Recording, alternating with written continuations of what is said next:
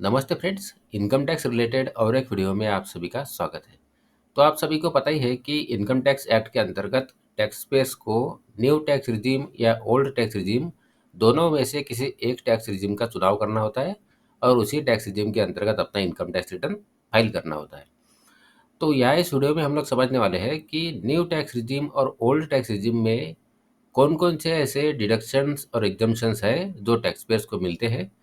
इसे हम एक चार्ट के माध्यम से इसका कंपैरिजन समझेंगे और पता करेंगे कि न्यू टैक्स रिजिम में कौन कौन से डिडक्शंस मिलेंगे और ओल्ड टैक्स रिजिम में तो सारे ही डिडक्शंस टैक्स पेयर को मिलते हैं।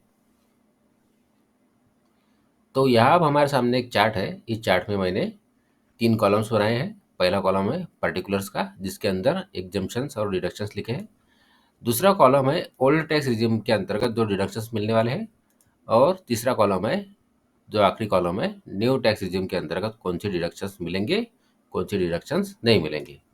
तो सबसे पहले अगर बात करें स्टैंडर्ड डिडक्शन की, तो standard deduction new tax regime और ओल्ड टैक्स रिजीम दोनों के ही अंतर्गत मिलेगा। इसके बाद लीव ट्रैवल अलाउंस का कंसेशन केवल ओल्ड टैक्स रिजीम के अंतर्गत मिलता है। हाउस रेंट अलाउंस का एग्जेम्पशन केवल ओल्ड टैक्स रिजीम के अंतर्गत मिलता है, न्यू टैक्स रिजीम में नहीं मिलेगा। इसके अलावा सेक्शन 10 के अंतर्गत जो एग्जाम्पशंस मिलते हैं, अलाउंसेस के एग्जाम्पशन मिलते हैं, वो ज़्यादातर जो एग्जाम्पशन है वो केवल ओल्ड टैक्स रिजीम के अंतर्गत ही मिलते हैं। लेकिन सेक्शन 10 के कुछ एग्जाम्पशन ऐसे हैं जो न्यू टैक्स रिजीम और ओल्ड टैक्स रिजीम दोनों के ही अंतर्गत मिलते हैं। जैसे कि सेक्शन 10 सब सेक्शन 14 क्लॉज 2 के अंतर्गत जो ट्रांसपोर्ट का अलाउंस मिलता है, जो कि स्पेशली एबल्ड पर्सन को मिलता है, ये अलाउंस न्यू टैक्स रिजीम और ओल्ड टैक्स रिजीम दोनों के ही अंतर्गत मिलेगा। इसके बाद सेक्शन 10 सब सेक्शन 14 क्लॉज 1 के अंतर्गत जो एग्जम्प्ट अलाउंसेस मिलते हैं, इसमें से 3 ऐसे अलाउंसेस हैं जो ओल्ड टैक्स रिजीम और न्यू टैक्स रिजीम दोनों के ही अंतर्गत मिलते हैं। जैसे कि पहला है कन्वेंस अलाउंस, इसके बाद है ट्रैवल अलाउंस और है डेली अलाउंस। ये तीनों अलाउंस ऐसे हैं जो ओल्ड टैक्स रिजीम और न्यू टैक्स रिजीम दोनों के ही अंतर्गत टैक्स पेयर्स क्लेम कर सकते हैं।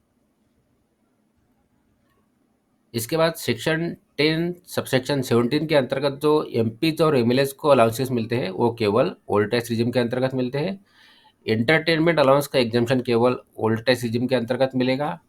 प्रोफेशन टैक्स का जो डिडक्शन मिलता है, वो केवल ओल्ड टैक्स रिजिम के अंतर्गत मिलेगा, न्यू टैक्स रिजिम के अंतर्गत नहीं मिलता है।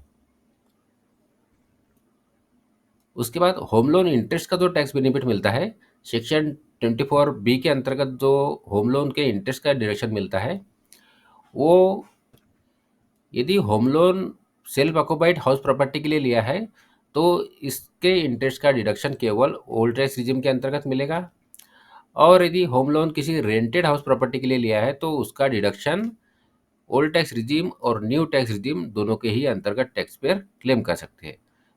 तो यहाँ हम लोग समझ सकते हैं कि होम लोन के इंटरेस्ट का जो डिडक्शन मिलता है, यदि हाउस प्रॉपर्टी सेल्फ ऑक्युपाइड है, तो उसका डिडक्शन केवल ओल्ड टैक्स रिजिम के अंतर्गत मिलेगा।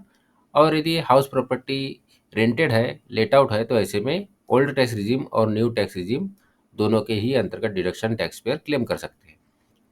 इसके बाद चैप्टर 6 के सेक्शन 80C से लेके 80U तक जो ज़्यादातर डिडक्शन है, मैक्सिमम डिडक्शन है, वो केवल ओल्ड टैक्स रिजिम के अंतर्गत ही मिलते हैं।